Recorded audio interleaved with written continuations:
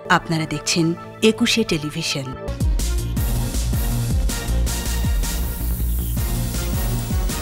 ভাষা শহীদদের শ্রদ্ধা নিবেদনের শেষ মুহূর্তের প্রস্তুতি, করোনা পরিস্থিতিতে সীমিত অংশগ্রহণ। সমালোচনায় মুখর বিএনপি নেতাদের টিকা গ্রহণে লুকোচুরি নিয়েও করছেন অস্বীকার। পুরান ঢাকা থেকে সরেনি কেমিক্যাল গোডাউন, চুরিহাটার ভয়াল স্মৃতি তাড়া করে স্বজনদের।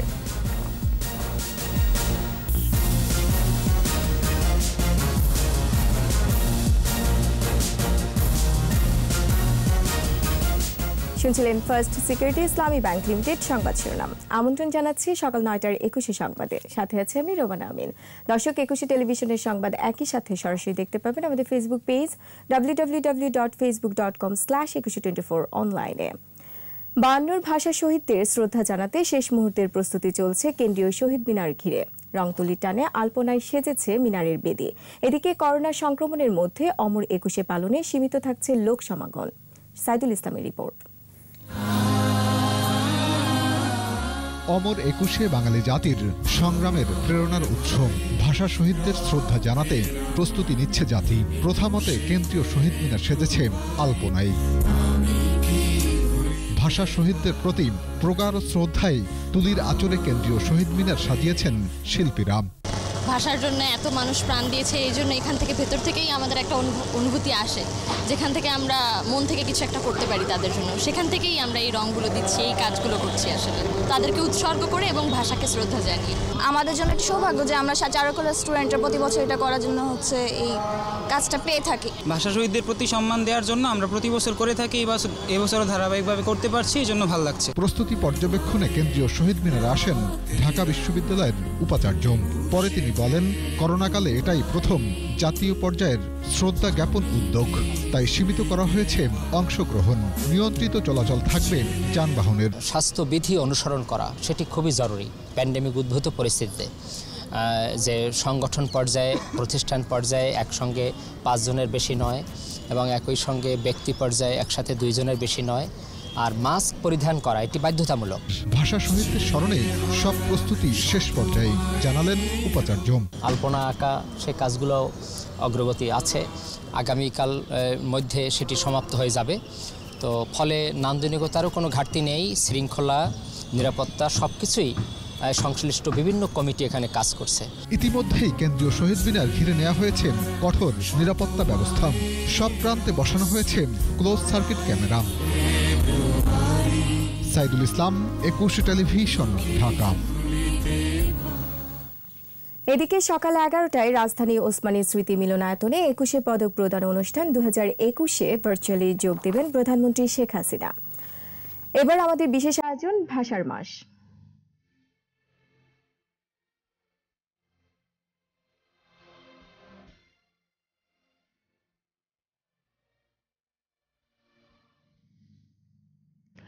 একুশ একটি চেতনার নাম, যার পথ বেয়ে মুক্তিযুদ্ধ, অতঃপর স্বাধীন বাংলাদেশ।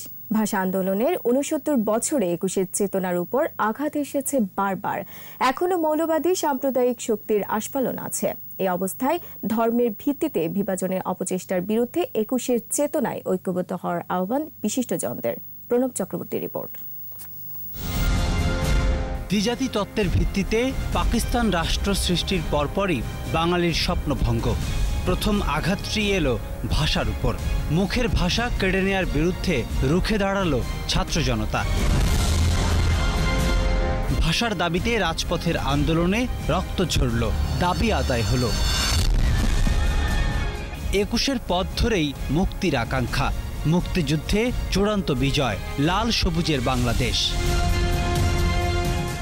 আজ শহীদ দিবসে শপথ নিতে হবে, যে পর্যন্ত 7 কোটি মানুষ তার অধিকার আদায় করতে না পারবে, সে পর্যন্ত বাংলার মা বোনেরা, বাংলার ভাইয়েরা আর শহীদ হবে না, গাজী হবে। ভাষা আন্দোলনের 69 বছরে বারবার আঘাত এসেছে 21-এর চেতনার উপর। এখনও থামেনি মৌলবাদী সাম্প্রদায়িক অপশক্তির আস্ফালন। শহীদ মিনার ভাঙার স্পর্ধাও দেখায় তারা। বারবার 21-এর চেতনার উপর কেন এই আঘাত? 21 যেটাকে মেলে ধরেছিল সেটা হচ্ছে সকল মানুষের সম্মিলন এবং আমার ধর্ম পরিচয় থাকবে, অন্য পরিচয় থাকবে, কিন্তু ভাষা আমাকে এক করে দিচ্ছে। সেই চেতনা আমরা কতটা রক্ষা করতে পারছি, বা আমরা নিজেদেরকে নানাভাবে বিভাজিত করছি কিনা। 21শে ফেব্রুয়ারির মূল কথা ছিল বাংলা ভাষা এবং আমাদের বাঙালিত্বকে বিকাশ করা। আমরা ফুল দেই, স্মরণ করি, গান গাই, কিন্তু বাঙালি হই না। ধর্মের অপব্যাখ্যা, ধর্মের ভিত্তিতে বিভাজন 21-এর শক্তি দিয়েই রোধ করতে হবে। যারা ধর্মকে ব্যবহার করে কাজ করছে, তাদের যারা সহায়তা দিচ্ছে, সেই সব রাজনৈতিক দলগুলিও জায়েজ কিনা সে প্রশ্ন আমরা তুলিনি। ধর্মকে রাষ্ট্র এবং রাজনীতি থেকে যতক্ষণ পর্যন্ত পৃথক করতে না পারছি, মৌলবাদী সাম্প্রদায়িক অপশক্তির এই আস্ফালন কখনো বন্ধ করা যাবে না। বাংলা আজ আন্তর্জাতিক মাতৃভাষা। মৌলবাদের 20 দাঁত উপড়ে ফেলে বাংলাদেশ এগিয়ে যাবে, এই প্রত্যাশা বিশিষ্টজনদের। শুধু ধর্মের নামে রাজনীতি নিশ্চিত করে বসে থাকলে তো চলবে না। প্রণব চক্রবর্তী, 21শে টেলিভিশন, ঢাকা। এবার অন্যান্য প্রসঙ্গ।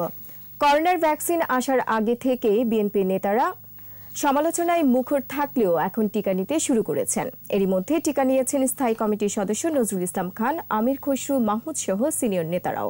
সবচেয়ে বড় সমালোচক রুহুল কবির রিজভীও টিকা নিয়ে স্বীকার করছেন না, আর তার মতো অনেক নেতাই টিকা নিয়ে অস্বীকার করছেন।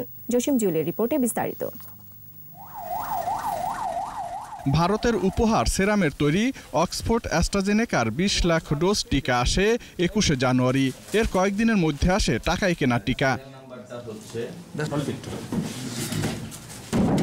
পরীক্ষামূলকভাবে টিকা কর্মসূচি উদ্বোধন করেন প্রধানমন্ত্রী শেখ হাসিনা। পার্শ্ব প্রতিক্রিয়া না থাকায় 7 ফেব্রুয়ারি থেকে একযোগে সারা দেশে করোনার টিকা কার্যক্রম শুরু হয়। টিকা আসার আগে থেকে সামাজিক যোগাযোগ মাধ্যমে ছিল নানা অপপ্রচার, এমনকি সভা সমাবেশেও রাজনৈতিক নেতারা দায়িত্বজ্ঞানহীন বক্তব্য দিয়েছেন। এই ভ্যাকসিন নিয়ে মানুষের যথেষ্ট রকমের সন্দেহ আছে। ভ্যাকসিন নিয়ে আজগুবি বক্তব্য দিয়েছেন অনেকেই। কেরানীগঞ্জের যে পানি ভরে দেবে না অথবা মুরগির টিকা দেবে না, তার কোনো গ্যারান্টি আপনাদের নাই। সবচেয়ে বড় সমালোচক রুহুল কবির রিজভীও কম যাননি। ওরা দেখবে যে ওই টিকাটা আমাদের শরীরে পুশ করে বিএনপির লোকরা মরে না বাঁচে না, কতটুকু অসুস্থ হচ্ছে, তারপরে তারা এইটা ওনারা নিবেন কি নিবেন না সে তখন দেখবে। তবে টিকা কার্যক্রম শুরু হলে দেরি করেননি বিএনপিপন্থী বুদ্ধিজীবী ডাক্তার জাফরুল্লাহ। টিকা নিয়েই ভিন্ন সুর। দেশবাসীকে আহ্বান করছি, আপনাদের যখনই আপনার তারিখ আসবে আপনারা এসে টিকা নেবেন। টিকা নিয়ে ভুলভাল বক্তব্য দিলেও টিকা নিতে ভুল করেননি রুহুল কবির রিজভী, যদিও টিকা নেয়ার কথা এখনো স্বীকার করেননি তিনি। আমরা একটি গরিব দেশ, এটা যদি গবেষণাগারের ট্রায়ালের একটি জায়গা হয়, তো আমরা কি সেই তেলাপোকা ব্যাঙের পর্যায়ে আমরা চলে এসেছি কিনা বাংলাদেশে, এই ঘটনাগুলোতে সেটাই সংশয় তৈরি হয়েছে মানুষের। এরই মধ্যে ভ্যাকসিন নিয়েছেন বিএনপি নেতা নজরুল ইসলাম খান, আমির খসরু, সেলিমা রহমান, মাহবুব উদ্দিন খোকন সহ সিনিয়র নেতারা। ভ্যাকসিন নিয়ে দায়িত্বশীল নেতারা বক্তব্য দিয়ে কর্মী সমর্থকদের টিকা থেকে দূরে সরিয়ে রেখে বিএনপির প্রায় সব নেতাই এখন নিবন্ধনে ব্যস্ত। আমরা টিকা নেব না, এই কথা কখনো বলা হয়নি। এটা তো কেউ দান করতেছে না আর কি, এটা সরকার যেই থাকুক, এটা তার সরকারি দায়িত্ব। জসিম জুয়েল, 21শে টেলিভিশন, ঢাকা। চুরিহাট্টা ট্র্যাজেডির 2 বছরেও পুরান ঢাকা থেকে সরানো যায়নি কেমিক্যালের গোডাউন। সেদিনের ভয়াল স্মৃতি আজও তাড়া করে নিহতদের স্বজনদের। চুরিহাট্টার আগুনের লেলিহান শিখায় মারা যায় 70 জন। ঘটনার পর 2টি তদন্ত রিপোর্টের সুপারিশের বেশিরভাগই আলোর মুখ দেখেনি। তারপরেও ফায়ার সার্ভিসের মহাপরিচালক জানালেন দ্রুতই পুরান ঢাকা থেকে কেমিক্যাল গোডাউন সরে যাবে। রুমি তালুকদারের ক্যামেরায় আরও জানাচ্ছেন দীপু শিকদার। 2019 সালের 20 ফেব্রুয়ারি পুরানো ঢাকার চুরিহাট্টার ওয়াহিদ ম্যানশনের কেমিক্যাল গোডাউনের আগুন মুহূর্তেই ছড়িয়ে পড়ে। আগুনের লেলিহান শিখায় সব পুড়ে ছারখার। চুরিহাট্টার মৃত্যুপুরীতে তখন বাঁচার আকুতি আর আত্মচিৎকার। উদ্ধার হয় শিশুসহ 70টি মৃতদেহ।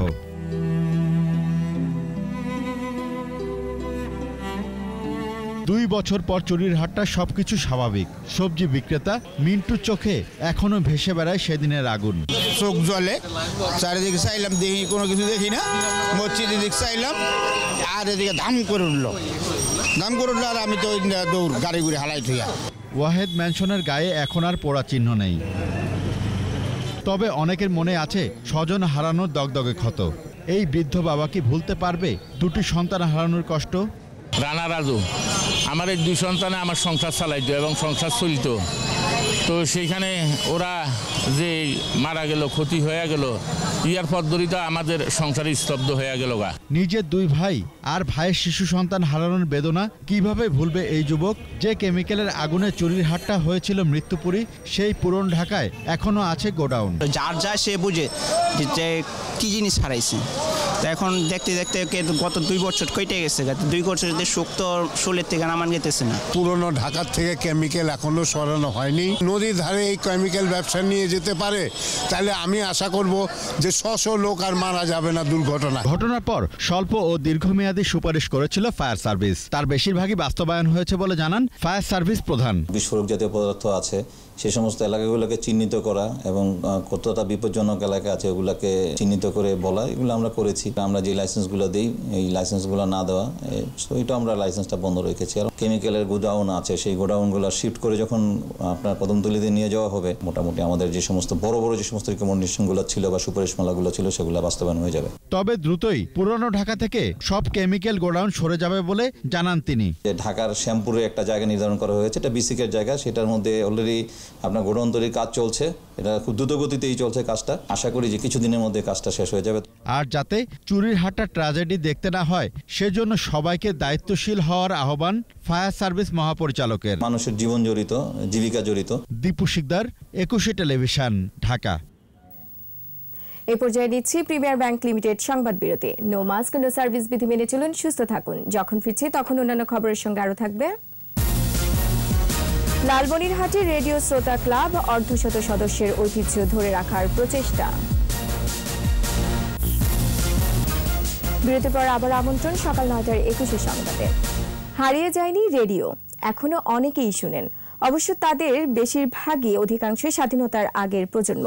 বাংলাদেশের মুক্তিযুদ্ধে গুরুত্বপূর্ণ ভূমিকা রেখেছিল রেডিও, আর সেই ঐতিহ্য ধরে রাখতে লালমনিরহাটে গড়ে উঠেছে রেডিও শ্রোতা ক্লাব। 50 সদস্য বিশিষ্ট ক্লাবটি রংপুর বেতারের নিবন্ধনকৃত। লালমনিরহাট প্রতিনিধি গোকুল রায়ের রিপোর্ট, জানাচ্ছেন মাসুম আলিসা। লালমনিরহাট সদরের পঞ্চগ্রাম ইউনিয়নের মালিবাড়ি গ্রাম, এখানে বৃদ্ধজনেরা গড়ে তুলেছেন মালিবাড়ি রেডিও শ্রোতা ক্লাব। এখানে এলেই শোনা যায় রেডিওতে প্রচারিত খবর ও গান সহ অন্যান্য অনুষ্ঠান। রংপুরের ভাওয়াইয়া গান তাদের পছন্দ। পুরনো সব দিনের আবহে এখানে এভাবেই ভেসে আসে রেডিওর শব্দ। সবার বাড়িতে বাড়িতে রয়েছে রেডিও, আর সময় পেলে চলে আসেন ক্লাবে। দেশ স্বাধীনের পর আমরা দেখলাম যে অনেকের রেডিও নাই, অনেকের রেডিওর দাম বেশি কিনতে পারে না। রেডিও ছাড়া কোনো আমরা সচেতন হইতে পারি না, রেডিও ছাড়া কোনো আমরা তথ্য পাইতে পারি না। এই জন্যই তখন আমি গ্রামের লোককে ডাকি বসে সবাই মতামত দিল যে তাহলে এখন শ্রোতা ক্লাব একটা গঠন করতে হবে। রেডিওতে প্রচারিত কৃষি ও স্বাস্থ্য বিষয়ক অনুষ্ঠান শুনতে বেশি পছন্দ করেন এই ক্লাবের সদস্যরা। আমরা বহুদিন থেকে রেডিও শুনি, এদের জন্ম অবধি আমরা রেডিও সেট রাখি। মহান মুক্তিযুদ্ধে রেডিওর ভূমিকা ছিল গুরুত্বপূর্ণ। সময় সভ্যতার উৎকর্ষ ঘটেছে, তবু রেডিওর সাথে জড়িয়ে আছে জীবনাচরণ। যুদ্ধকালের সময় আমরা রেডিও শুনতাম, রেডিও গান বাজনা শুনতাম। আমাদের মনের যেটা ভয়, এই গানের মাধ্যমে আমরা এই ভয়টাকে দূর করে দিছি। নারীরাও ক্লাবের সদস্য, তারা এখানে এসে রেডিও শোনেন। ফলের গাছ, সুপারির গাছ এবং অন্যান্য গাছ কিভাবে গাড়া লাগে, কিভাবে কি করা লাগে, এইটা আমরা এখানে শুনিয়ে সেই কাজ করি। বাজারে এখন সচরাচর রেডিও কিনতে পাওয়া যায় না, তাই ক্লাবের অনেক সদস্যই নতুন রেডিও সংগ্রহ করতে কিছুটা সমস্যায় পড়ছেন। মাসুম আলিসা, 21 টেলিভিশন।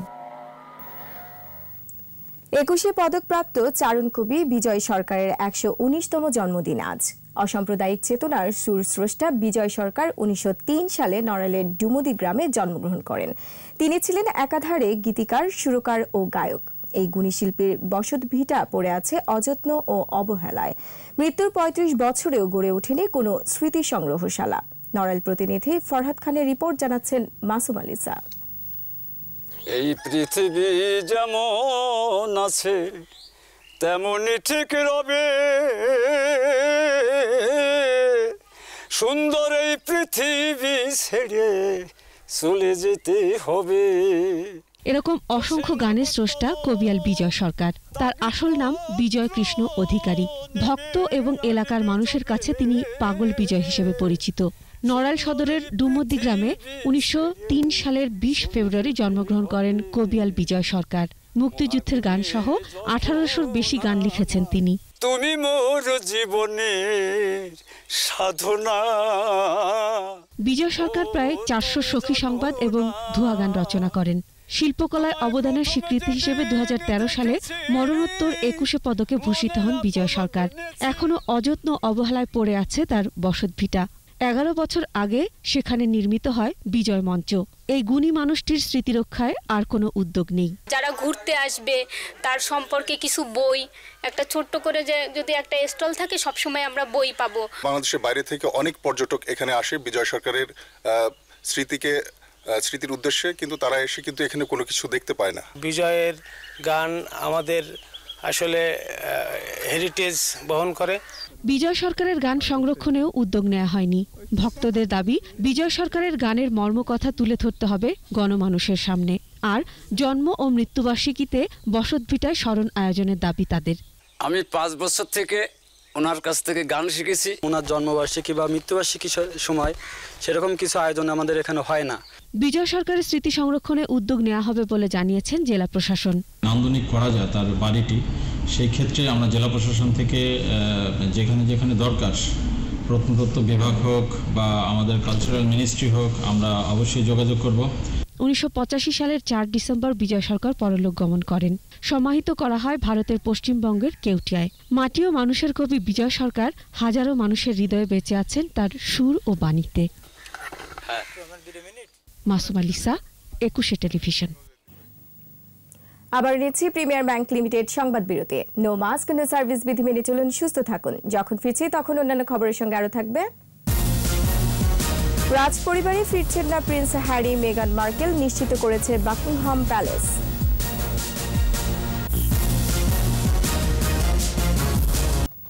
আর এরই সাথে শেষ করছি সকাল 9টার 21 সংবাদ। যাবার আগে ফার্স্ট সিকিউরিটি ইসলামী ব্যাংক লিমিটেড সংবাদ শিরোনামগুলো আরো একবার। ভাষা শহীদদের শ্রদ্ধা নিবেদনে শেষ মুহূর্তের প্রস্তুতি, করোনা পরিস্থিতিতে সীমিত অংশগ্রহণ।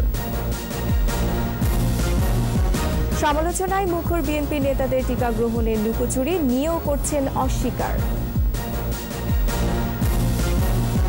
পুরান ঢাকা থেকে সরেনি কেমিক্যাল গোডাউন, চুরি হাট্টার ভয় স্মৃতি তাড়া করে স্বজনদের।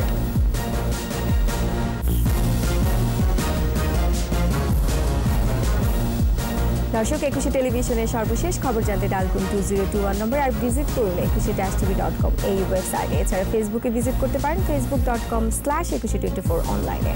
এতক্ষণ সাথে থাকার জন্য ধন্যবাদ। পরবর্তী সংবাদ বেলা 12টায় দেখার আমন্ত্রণ রইল। স্বাস্থ্যবিধি মেনে চলুন, সুস্থ থাকুন, 21-এর সাথেই থাকুন।